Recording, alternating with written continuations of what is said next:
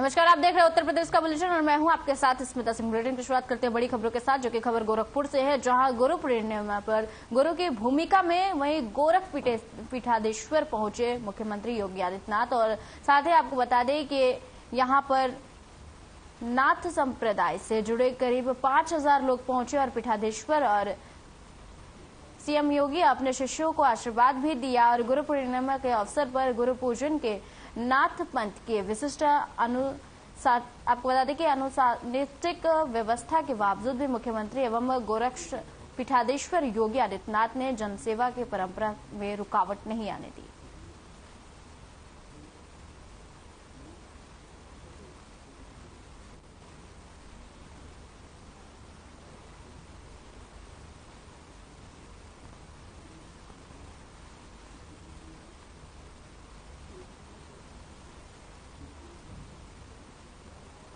चलिए इसी बीच रुक कर लेते हैं इस वक्त की बड़ी और अहम जानकारी की तरफ, जो कि गोरखपुर से है। गोरखपुर दौरे पर सीएम योगी आदित्यनाथ हैं और सीएम योगी ने काल मंदिर का किया है भ्रमण। आपको बता दें कि जनता दरबार लगाकर सुनी है लोगों की फरियाद और सैकड़ों फरियादियों ने सीएम से लगाई है गुहार। आपको बता दें कि सीएम योगी ने संबंधित अधिकारियों को दिशा निर्देश भी दे दिए हैं और मामले का जल्द निस्तारण करने के आदेश भी जारी किए हैं।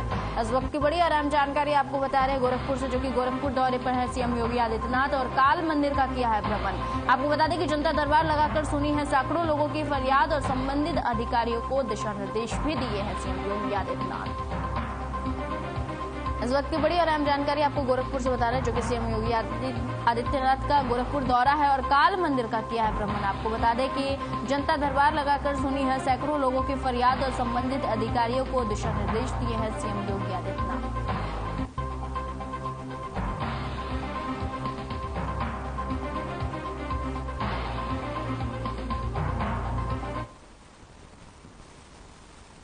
आपको बता दें कि खबर गोरखपुर से है, जो कि गोरखपुर दौरे पर सीएम योगी आदित्यनाथ पहुंचे हैं और काल मंदिर का भ्रमण किया है। आप साथ ही बता दें कि जनता दरबार लगाकर सुनी है सैकड़ों लोगों की फरियाद और संबंधित अधिकारियों को निर्देश भी दिए हैं सीएम योगी आदित्यनाथ।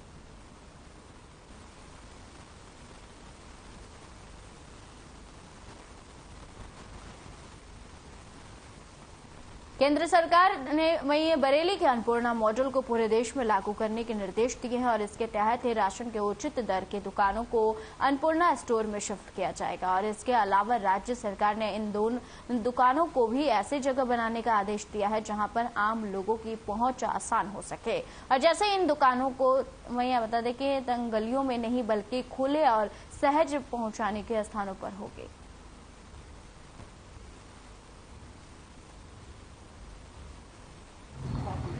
अन्नपूर्णा स्टोर हमारी जो राशन की दुकान है उसका नया मॉडल है।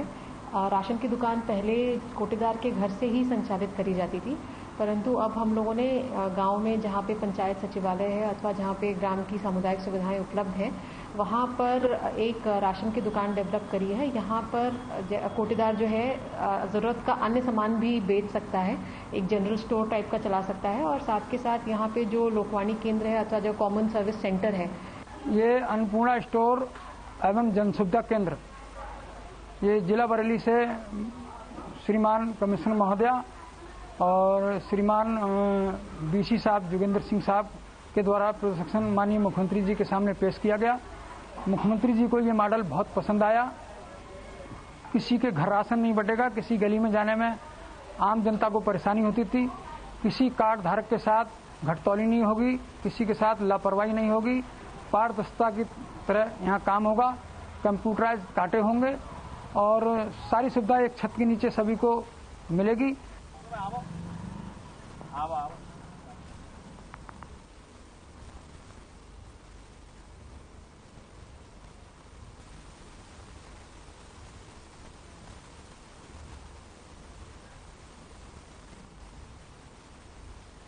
महाराष्ट्र में हुए उलटफेर को लेकर आर्यन टीवी संवाददाता जूली सिंह से वहीं बात करते हुए निषाद पार्टी के अध्यक्ष और उत्तर प्रदेश सरकार में कैबिनेट मंत्री संजय निषाद ने बताया कि जो भी राजनीतिक दल हमारी विचारधारा से प्रभावित है वो हमारे साथ आ रहे हैं और आगे भी ऐसे उलटफेर देखने को मिल सकते हैं। और संजय निषाद ने और क्या कुछ कहा, ये सुनाते हैं।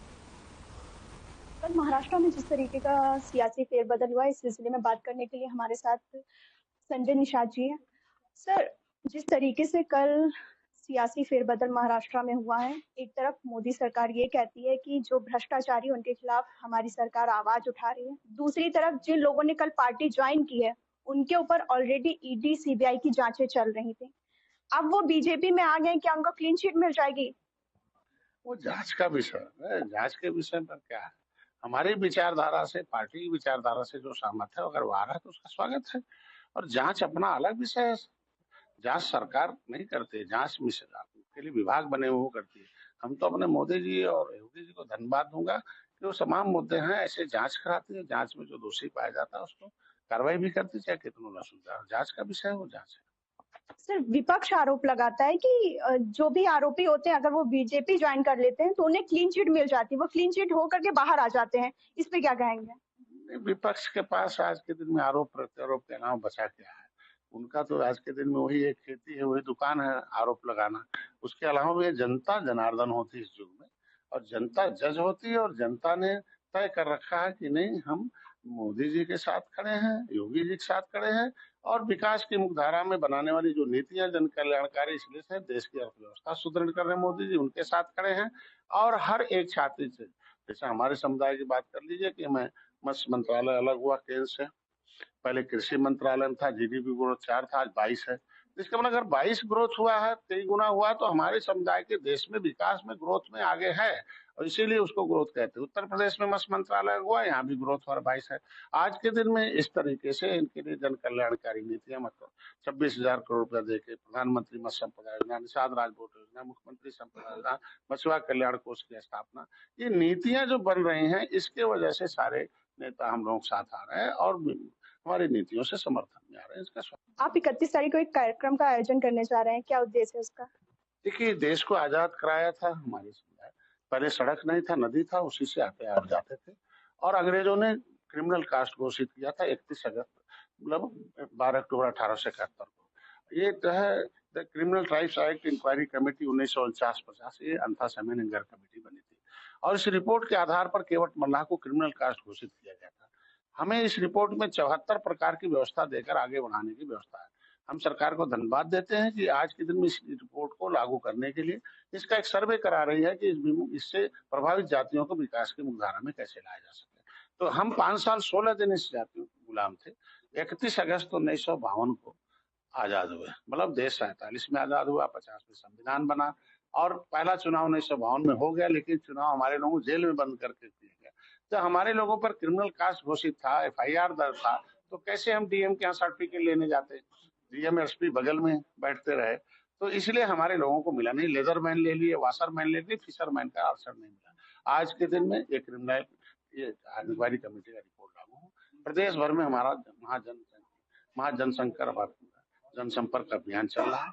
ऐसे में इस रिपोर्ट को लागू कराने, मझवार का जो आरक्षण है उसे लागू कराने, उसके लिए हम लोग इस क्रिमिनल विमुक्ति जाति विमुक्ति दिवस के रूप में मनाते। मतलब वो उस काले कानून से मुक्त हुए थे, मतलब वो काला नोटिफिकेशन था, वो डिनोटिफाइड ट्राइब्स के रूप में हुए। तो डिनोटिफाइड ट्राइब्स के बारे में वो 31 अगस्त को हम लोग लखनऊ में पूरे प्रदेश के लोग इकट्ठा हो रहे हैं। ये थे हमारे साथ डॉक्टर संजय निशा, जिन्होंने बड़ी बेबाकी से अपने सवालों के जवाब दिए। कैमरामैन हेमंत के साथ मैं जूली सिंह। मथुरा में हर साल की तरह इस साल भी गोवर्धन वही मुड़िया पूर्णिमा के मौके पर प्राचीन परंपरा को निभाते हुए संतों ने मुंडन करवाया और परंपरा का निर्वहन करते हुए संत शोभा यात्रा निकालेंगे और गोवर्धन की परिक्रमा करेंगे। साथ ही आपको शोभा यात्रा को लेकर सभी तैयारियां पूरी कर ली गई है। जानकारी के मुताबिक पूरे देश में मनाए जाने वाला गुरु पूर्णिमा पर्व गोवर्धन में आपको बता दें कि मुड़िया संतों की अनोखी परंपरा है।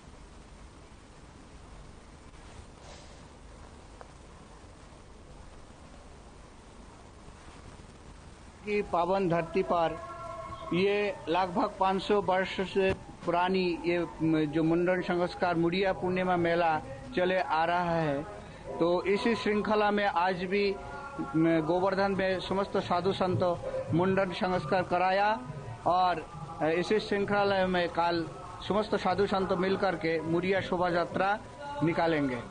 तो मैं मुड़िया संत रामकृष्ण दास इस मुड़िया मेला की पावन उत्सव पर समस्त भक्तजनों की बधाई एवं हमीरपुर के सदर नगर पालिका का विस्तार हुए 5 साल बीत चुके हैं और आपको बता दें कि नगर पालिका अध्यक्ष उसी को दोबारा चुना गया है और इसके बावजूद भी विस्तृत क्षेत्र में कोई अब तक सुधार नहीं हुआ और क्षेत्र का विस्तार तो हुआ लेकिन विकास नहीं हुआ और ऐसे ही कुछ नगर पालिका क्षेत्र की आबादी में आने वाले मोहल्लों की दशा कह रही है। और अगर बात करें स्वास्थ्य विभाग की तो स्वास्थ्य विभाग के अधिकारियों का कहना है कि जल भराव से मच्छरों का लार्वा उत्पन्न होता है और कई बीमारियां भी फैलती हैं और जिसको लेकर संचारी वही रोग जागरूकता अभियान के तहत शासन लाखों रुपए का बजट भी भेजता है। जिससे आपको बता दें कि हमीरपुर में नगर पालिका की लापरवाही का मामला सामने आया है।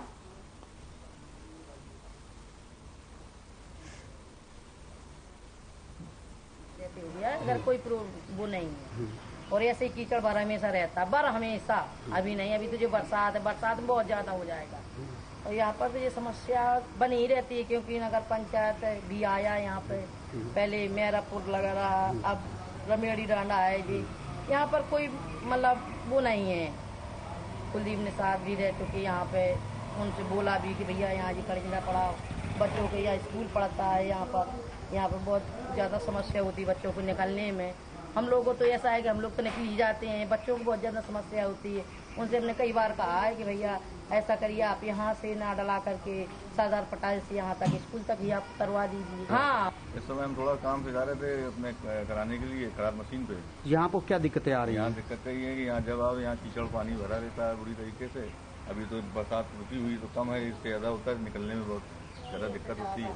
क्या समस्याएं उत्पन्न होती हैं? समस्याएं ये है कि फंस जाते हैं तो फिर कीचड़ में फंसे रहते हैं, किसी से मदद मांगना पड़ती है, ना साइकिल निकल पाती है ना कोई गाड़ी निकल पाती है। कब से देख रहे हैं आप ये? अरे बहुत जमाना हो गया इसको देखते देखते, कई साल हो गए, बहुत दिनों से हमेशा ये स्थिति बनी रहती है। ये इलाका किस क्षेत्र में आता है? ये सरदार पटेल का इलाका है, पीछे का ये इसमें मेरापुर क्षेत्र में आता है। कौन सी नगर पालिका आती है? नगर पालिका हमीरपुर। ये पानी बरस जाते है तो हम कहीं का निकल नहीं पाते, बहुत समस्या हमारे सारे। क्या क्या दिक्कतें होती हैं? अरे दिक्कत ये है कि न गोर उनका बांध पाए, न छोड़ पाए, न कहीं पानी भरने जाए पाए, न कहीं टट्टी पेशाब कर निकल पाए। घर में कब लगे घुसी रहेंगे बता। हमारी कोई सुनता नहीं है। एक दही आई, पता नहीं कौन ठेकेदार आया बनाने लगे, अब पता नहीं को कह दिया कि तो ऐसा नहीं बना रहा है, वैसा नहीं बना है, वो भी तो उठा के अपना मटेरियल भाग गया। दिक्कत ये है कि हमारे यहाँ न नाली बनती है न रोड बनता है। जब हमारी शादी होती है कचरा देख रहे हैं, नगर पालिका में कर रहे हैं। कब से आप ये कीचड़ देख रहे हैं यहाँ पे? कम से कम ये 11-12 साल हो गए। किस क्षेत्र में आता है? नगर पालिका में। ये कीचड़ बराबर भरा हुआ है, क्या कभी कोई शिकायत नहीं की आपने? नहीं, कोई नहीं। जाते हैं कह देता हाँ बन जाएगा, बस सुनते ही नहीं। साफ सफाई क्या व्यवस्था है?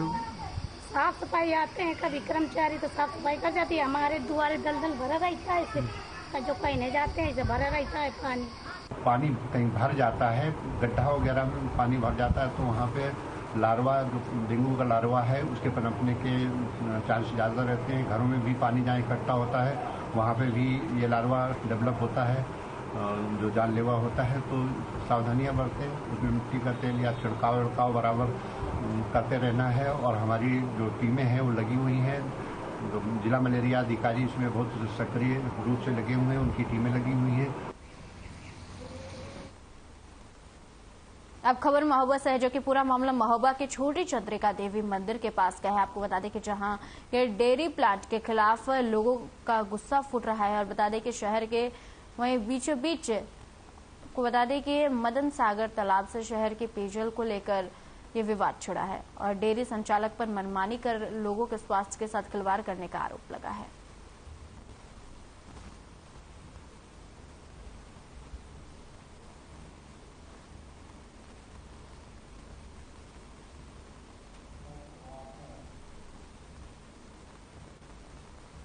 मोहल्ला को खतरा है। लेन के अंदर हम लोगों की बकरी है और हमारी बीच बकरी से ये लेन निकालना चाहता है। 2 महीने पहले हमने इस लेन को रोका था। डेयरी प्लांट डला है। इस डेयरी प्लांट के संचालन के लिए 11,000 की खुले तार की लाइन कटकोला मोहाल से लिया जा रहा है, कबीर आश्रम से होते हुए ये रामकुंड वाले ट्रांसफार्मर के से जोड़ने के लिए 11,000 की खुले तार की लाइन ले जा रही और कई लोगों के घरों से निकल रही है। तो जब ये लाइन कभी कभार टूट सकती है, इन गरीबों की जान जा सकती है, तो ये इसे रुकवाने के लिए ये डेयरी प्लांट का जो केमिकल है, ये केमिकल जमीन के अंदर से पाइपलाइन के माध्यम से तालाब में फेंका जा रहा है। समस्या ये है कि ये जो डेयरी फार्म डाले हैं, इसके पहले भी अवगत करा चुके हैं। एसडीओ महोदय भी आए थे और जेई आए थे और बिजली विभाग से ठेकेदार आए थे। उनके माध्यम से इसको रोका गया कि इसको लाइन को यहाँ न डाले। उन्होंने कहा चलिए हम पोल द्वारा डाल दें, हमने किसी प्रकार से न डाल दिए। बोले चलिए ठीक रोकते हैं और ये कॉलोनी से हम लेके आएंगे उस तरफ से। इन्होंने इसीलिए सारे लोग रुक गए।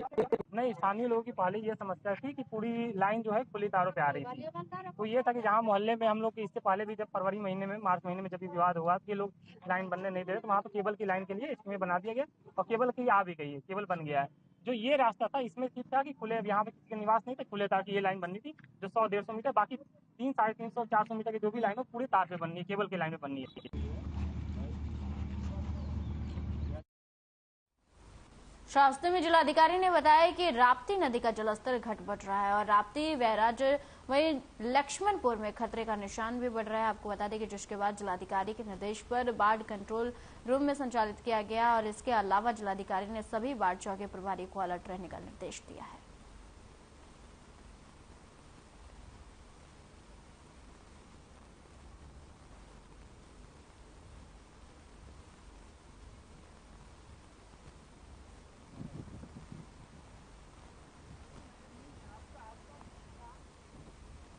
बुलंदशहर के सिकंदराबाद खुर्जा रोड पर एक ट्रक और कार में जबरदस्त टक्कर हो गई और जिसमें कार के परखच्चे उड़ गए। आपको बता दें कि एक्सीडेंट की सूचना पर पहुंचे पुलिस ने कार में फंसे लोगों को निकाला और जिसमें एक की मौत हो गई और मौके पर पहुंची पुलिस वहीं दूसरे को घायल गंभीर हालत में लेकर अस्पताल पहुंची और फिलहाल पुलिस ने शव को कब्जे में लेकर पोस्टमार्टम के लिए भेज दिया। और वहीं आरोपी ट्रक चालक ट्रक छोड़कर मौके से फरार हो गया और पुलिस ट्रक चालक की तलाश कर रही है। आपको बता दें कि जांच में जुट गई है पुलिस।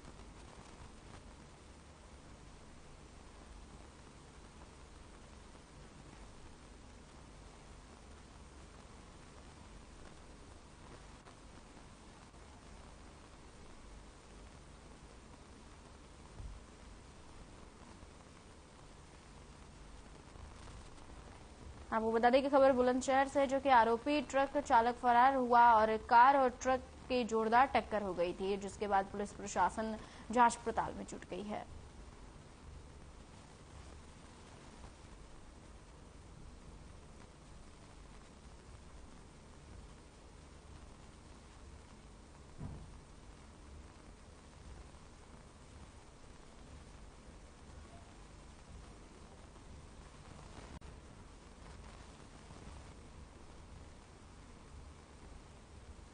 खबर ग्रेटर नोएडा से है, जहां अवैध रूप से वहीं पबजी गेम पर सचिन नाम के युवक से प्यार कर बैठी महिला नेपाल के रास्ते पाकिस्तान से नोएडा आ गई और वह अपने 4 बच्चों के साथ पुलिस को भनक लगने के बाद पाकिस्तान की महिला और युवक फरार है। और बताया जा रहा है कि रबुपुरा के अंबेडकर मोहल्ले में पिछले 1 महीने से रह रही थी और अब रबुपुरा पुलिस और खुफिया एजेंसियां महिला की तलाश कर रही है।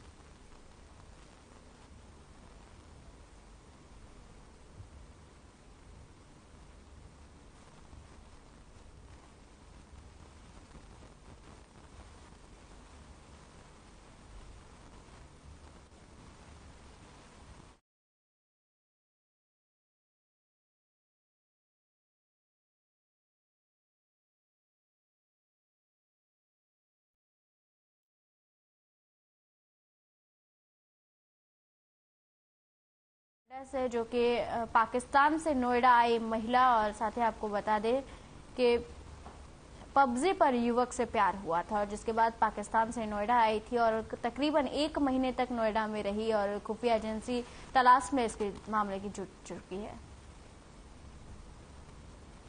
आपको बता दें कि खबर ग्रेटर नोएडा से है, जो कि पबजी पर युवक से प्यार हुआ था और जिसके बाद आपको बता दें कि पाकिस्तान से वहीं नोएडा आई थी महिला और जिसके बाद खुफिया एजेंसी तलाश में जुटी हुई है पूरे मामले के।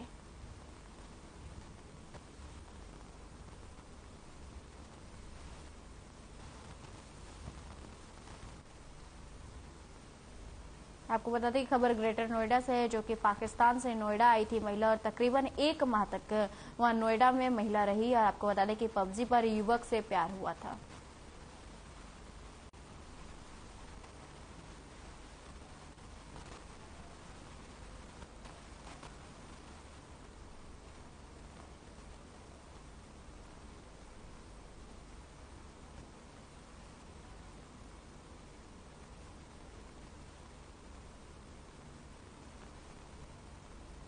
और इस खबर पे ज्यादा जानकारी के लिए हमारे साथ नोएडा से संवाददाता कंचन जुड़ चुके हैं। कंचन जी, क्या लगता है, ये पबजी पर युवक से प्यार हुआ था और अब ये महिला गिरफ्तार भी हो चुकी है, इसको लेकर क्या कुछ अपडेट है?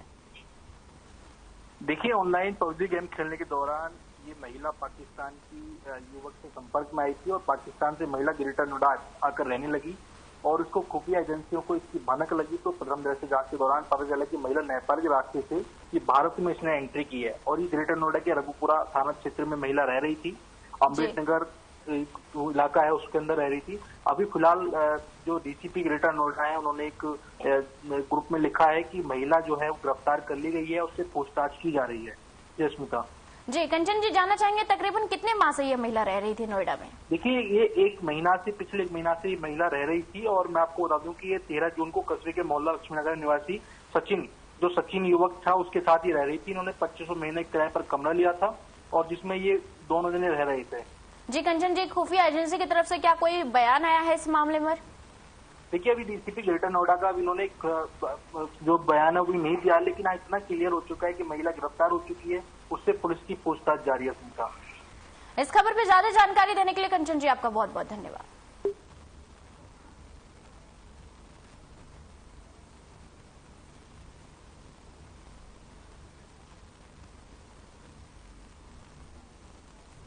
अब सीधे आपको लिए चलते हैं यूपी के गोरखपुर में, जो कि सीएम योगी आदित्यनाथ गुरु पूर्णिमा के अवसर पर क्या कुछ कहा, ये सुनाते हैं। सनातन धर्म है क्या और उसके साथ सत्य क्यों जोड़ दिया गया?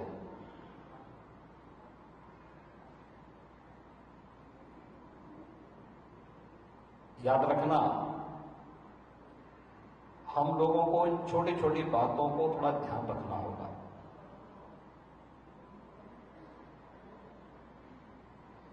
जो सत्य है वही शाश्वत भी है और जो शाश्वत है वही सनातन भी है। हम अपने को सनातन धर्मावलंबी क्यों कहते हैं?